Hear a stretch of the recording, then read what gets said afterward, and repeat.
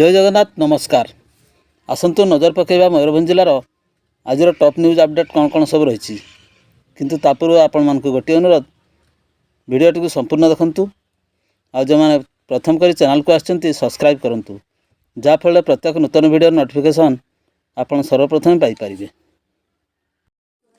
आज प्रथम खबर बारिपदा सहर 28 नंबर वार्ड बागढ़िया अंचल परमेश्वर महांतो पुओ चंदन महांतो बयस 21 वर्ष तांकर चारि साथी सहित गत 20 तारिख हिमाचल प्रदेश कुल्लू मनाली को बुलाक जाते।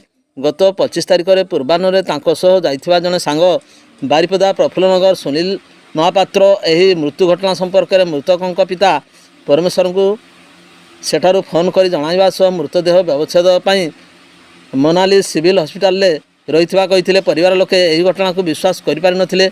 पुअर मृत्यु को नहीं सन्देह जात होता एणु मृतदेह एठारे पहुँचा पर मृतकों सन्देहजनक मृत्युर सठिक तदंत दाबी कर नारी नेत्री हेमलता दास नेतृत्व में शताधिक महिला समेत स्थानीय बासिंदा स्टेशन बजार आशीर्वाद छकटारे मंगलवार अपराह्न 3टारू टायर जाली रास्ता अवरोध करते। युवकों मृतदेह कपाल आंठू आदि विभिन्न स्थान में माड़ दाग थिबारु घटनार सठिक तदंत लगी टाउन थाना पुलिस को निवेदन करथिले सुधा कौन पदक्षेप नियाजाई नथिबा आंदोलनकारी अभियोग करछंती।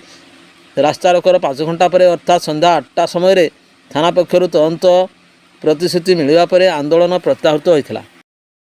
परवर्ती खबर करंजिया थाना खड़ीकुदर ग्रामर शशुर घर को आसी भुजाली द्वारा स्त्री शाशु और शशुर को आक्रमण कर आहत करदेवा जाई को विचार कर स्थानीय अतिरिक्त जिला जजराज 7 वर्ष सश्रम कारादंड सह 5,000 टंका जरिमाना आदेश देते। जरिमाना अनादायर अधिक 3 मास सश्रम कारादंड आदेश शुणाई। केन्दुझर जिला पाटणा थाना अंतर्गत खुंटापड़ा ग्रामर सम्रा अरफ सम्रा मुंडा बयस 30 वर्ष गत 19/1/2015 तारीख में करंजिया ब्लॉक पाटपड़सा पंचायत खड़ीकुदर स्थित शशुर तुरांतिउ घर को आसते। 21 तारीख अपराह्न प्राय 3टा समय ज्वाई सम्रा कौन कारण उत्तेजित हो एक भुजाली द्वारा स्त्री शांति मुंडा शशुर तुरामजीव और शाशु दमयंती तीउ उपर आक्रमण करथिले। चित्कार शुणी पाखरे थिबा तुरांतीउंकर पुओ घटनास्थल को आसी भेणई को काबू करने सह आहत 3 जन को चिकित्सा करंजिया आनी। बड़ पुओ संतोष तीउ थाना एतला दायर करथिले। पुलिस घटनास्थल को जाई अभियुक्त को गिरफ्त करने पर कोर्ट चालाण करथिले। यही घटना ST केस नंबर 18/206/2015 रे विचार करुवा स्थानीय अतिरिक्त जिला जजराज प्रशांत कुमार मिश्र 13 जन साक्षी बयान रेकर्ड करने सह 15टी मामला आपराधिक आज दंडादेश घोषणा करथिले। अभियुक्त सम्रा विरुद्ध में IPC धारा 307 अनुजाई 7 वर्ष सश्रम कारादंड सह 5,000 टंका जरिमाना आदेश देइछंती। जरिमाना अनादेय हेले अधिक 3 मास सश्रम कारादंड शुणाइछंती। परवर्ती खबर रायरंगपुर सहर अमला लेन रास्ता पाख आहार केन्द्र निकट में जड़े व्यक्ति मृतदेह सजना गछरे झुलुवा देखा पर चांचल्य खेली जाइथिला।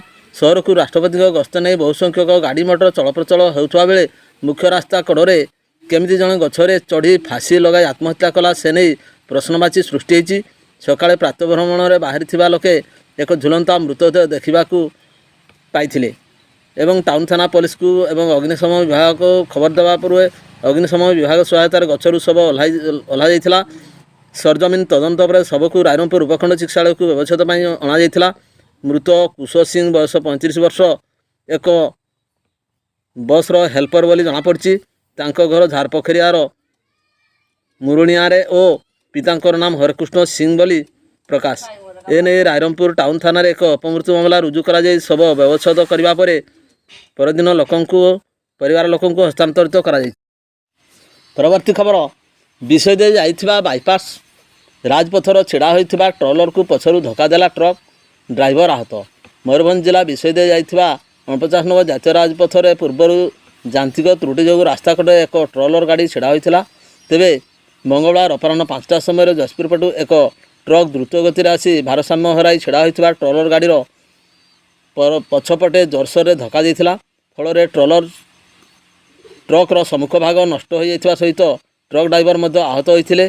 तेबे खबर पाई विषय पुलिस घटनास्थल पहुंची ड्राइवर को मेडिकल को पठाइथिबा परे ट्रक को जबत करी घटनार अधिक तदंत जारी रखिछि। ପରବର୍ତ୍ତୀ ଖବର ମୋରଡ଼ା ଅବକାରୀ ବିଭାଗ ଗୋଟିଏ ଦିନରେ ବିଭିନ୍ନ ସ୍ଥାନରୁ ଚଢ଼ାଉ କରି ବଡ଼ ସଫଳତା ପାଇଛି। ମୋରଡ଼ା ଅବକାରୀ ଥାନା ଭାରପ୍ରାପ୍ତ ଅଧିକାରୀ ବ୍ରଜମୋହନ ମଲ୍ଲିକଙ୍କ ନେତୃତ୍ୱରେ ମଙ୍ଗଳବାର ବିଭିନ୍ନ ସ୍ଥାନରେ ଚଢ଼ାଉ କରାଯାଇଥିଲା। ଏହି ଅବକାରୀ ଥାନା ଅଧୀନ ଅନ୍ଧାଡ଼ି ଗ୍ରାମରୁ 25 ଲିଟର ଦେଶୀ ମଦ ଜବତ କରାଯାଇଥିଲା। ଡୁହୁ ହେମରମ 52 ବର୍ଷଙ୍କୁ ଗିରଫ କରାଯାଇଥିଲା। ଖୁଣ୍ଟା ରାସ୍ତାରୁ 20 ଲିଟର ଦେଶୀ ମଦ ଜବତ କରାଯାଇ ପରମେଶ୍ୱର ରାମ 25କୁ ଗିରଫ କରାଯାଇଥିଲା। ସେହିପରି ସେହି ଗ୍ରାମ ରାସ୍ତାରୁ 25 ଲିଟର ଦେଶୀ ମଦ ଜବତ କରି ମକରା ରାମ 50 ବର୍ଷଙ୍କୁ ଗିରଫ କରାଯାଇଥିଲା। ସେହିପରି ଏକ ଦୋକାନରେ ମଦ ବିକ୍ରି କରୁଥିବା ତମ୍ବାଖୁରିର ମହିଳା ନମିତା ସିଂ ବୟସ 35 ବର୍ଷଙ୍କୁ ଗିରଫ କରି ତାଙ୍କ ଦୋକାନରୁ 80 ଲିଟର ଦେଶୀ ମଦ ଜବତ କରାଯାଇଥିଲା। ଏହି 4 ଜଣଙ୍କ ବିରୋଧରେ ମାମଲା ରୁଜୁ କରାଯାଇ ସମସ୍ତଙ୍କୁ କୋର୍ଟ ଚାଲାଣ କରାଯାଇଥିବା ଜଣାଯାଇଛି। ଏହି ଚଢ଼ାଉରେ ଏଏସ୍ଆଇ ଆନିକ ସାତୁଆ, କନେଷ୍ଟବଳ ସୁରେନ୍ଦ୍ରନାଥ ତରେଇ, ପାର୍ବତୀ ମାର୍ଣ୍ଡି, ଯଶବନ୍ତ ନାୟକ, ଲଲାଟେନ୍ଦୁ ଶତପଥୀ ପ୍ରମୁଖ ଯୋଗ ଦେଇଥିଲେ। ପରବର୍ତ୍ତୀ ଖବର ଝାରପୋଖରିଆ ପୋଲିସ ଟିମ୍ ଦ୍ୱାରା ପାଣ୍ଡରା ଗ୍ରାମ ନିକଟରେ ବେଆଇନ ବାଲି ବୋଝେଇ 3 ଟ୍ରାକ୍ଟର ଜବତ 3 ଜଣଙ୍କୁ ଥାନାରେ ଅଟକ।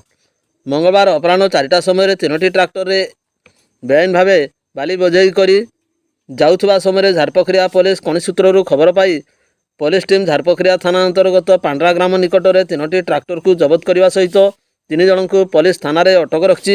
ତେବେ ଉକ୍ତ ଘଟଣାର ଆଧାରରେ ଝାରପୋଖରିଆ ଥାନା ଅଧିକାରୀ କେସ୍ ନମ୍ବର 48/24ରେ ମାମଲା ରୁଜୁ କରି ଅଧିକ ତଦନ୍ତ କରୁଥିବା ଜାଣିବାକୁ ମିଳିଛି। ପରବର୍ତ୍ତୀ ଖବର ରାଜ୍ୟ ସରକାରଙ୍କ ରାଜସ୍ୱ ଓ ବିପର୍ଯ୍ୟୟ ପରିଚାଳନା ବିଭାଗ ପକ୍ଷରୁ ବେତନଟୀ ବଡ଼ସାହି ତହସିଲଦାରଙ୍କ ବଦଳି ନିର୍ଦ୍ଦେଶ ଜାରି। ସୂଚନା ମୁତାବକ ଗୋଟିଏ ସମାନ ଲୋକସଭା କ୍ଷେତ୍ର ଅଧୀନରେ ଘରେ ରହିଥିଲେ କୌଣସି ଅଧିକାରୀ ସମ୍ପୃକ୍ତ ଅଞ୍ଚଳରେ ରହିପାରିବେ ନାହିଁ ବୋଲି ନିର୍ବାଚନ କମିଶନ ନିର୍ଦ୍ଦେଶ ଜାରି କରିବା ପରେ ମଙ୍ଗଳବାର ଅପରାହ୍ନ 4ଟାରେ ବେତନଟୀ ତହସିଲଦାର ଏବଂ ବଡ଼ସାହି ତହସିଲଦାରଙ୍କର ବଦଳି ନିର୍ଦ୍ଦେଶ ଜାରି କଲେ ଓଡ଼ିଶା ସରକାର ରାଜସ୍ୱ ଏବଂ ବିପର୍ଯ୍ୟୟ ପରିଚାଳନା ବିଭାଗ। ବେତନଟୀ ତହସିଲଦାର ଅନିତା ନାୟକଙ୍କର ନିଶ୍ଚିତ କୋଇଲି ତହସିଲଦାର ଭାବରେ ବଦଳି ହୋଇଥିବା ବେଳେ ଗଳିଆ ତହସିଲଦାର ସୁରଥ ରାଓଙ୍କର ବେତନଟୀ ତହସିଲଦାର ଭାବେ ବଦଳି ହୋଇଛି। ସେହିପରି ବଡ଼ସାହି ତହସିଲଦାର ଗୟାଧର ଧଳଙ୍କର ନାଉଗାଁ ତହସିଲଦାର ଭାବେ ବଦଳି ହୋଇଥିବା ବେଳେ ପରଜଙ୍ଗ ତହସିଲଦାର ପତିତପାବନ ଦେବତାଙ୍କର ବଡ଼ସାହି ତହସିଲଦାର ଭାବେ ବଦଳି ହୋଇଛି। ଏଥର ରାଜ୍ୟ ସରକାରଙ୍କର ବିପର୍ଯ୍ୟୟ ପରିଚାଳନା ବିଭାଗ ପକ୍ଷରୁ 30 ଜଣ ତହସିଲଦାର ଓ ରାଜସ୍ୱ ଅଧିକାରୀଙ୍କର ବଦଳି ନିର୍ଦ୍ଦେଶ ଜାରି କରାଯାଇଛି।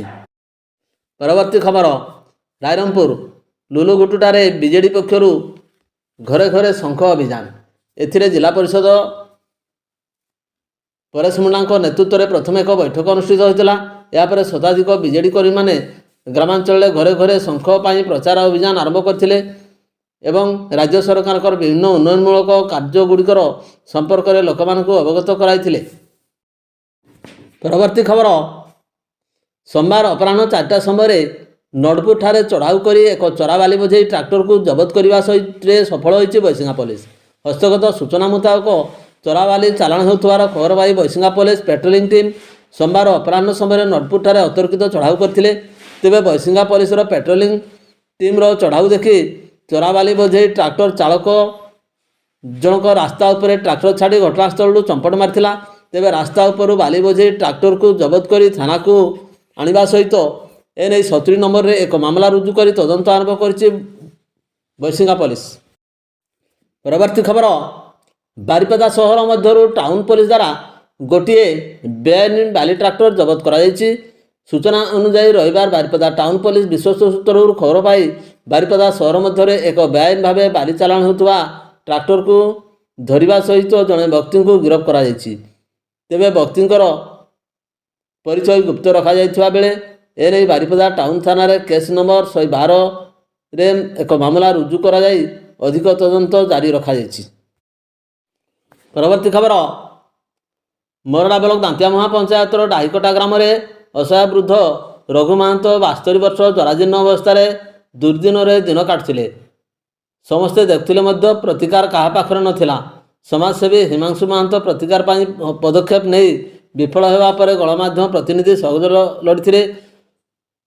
ମଙ୍ଗଳବାର ବିଭିନ୍ନ ଗଣମାଧ୍ୟମରେ ଖବର ପ୍ରଚାରିତ ହେବା ପରେ जिला आईन सेवा प्राधिकरण सचिव शिवानी अविलंबे पदक्षेप ग्रहण कर असहाय वृद्ध को उद्धार कर बारिपदा वृद्धाश्रम थैथान कर भिडियोटी को शेष पर्यंत देखि अनेक अनेक धन्यवाद।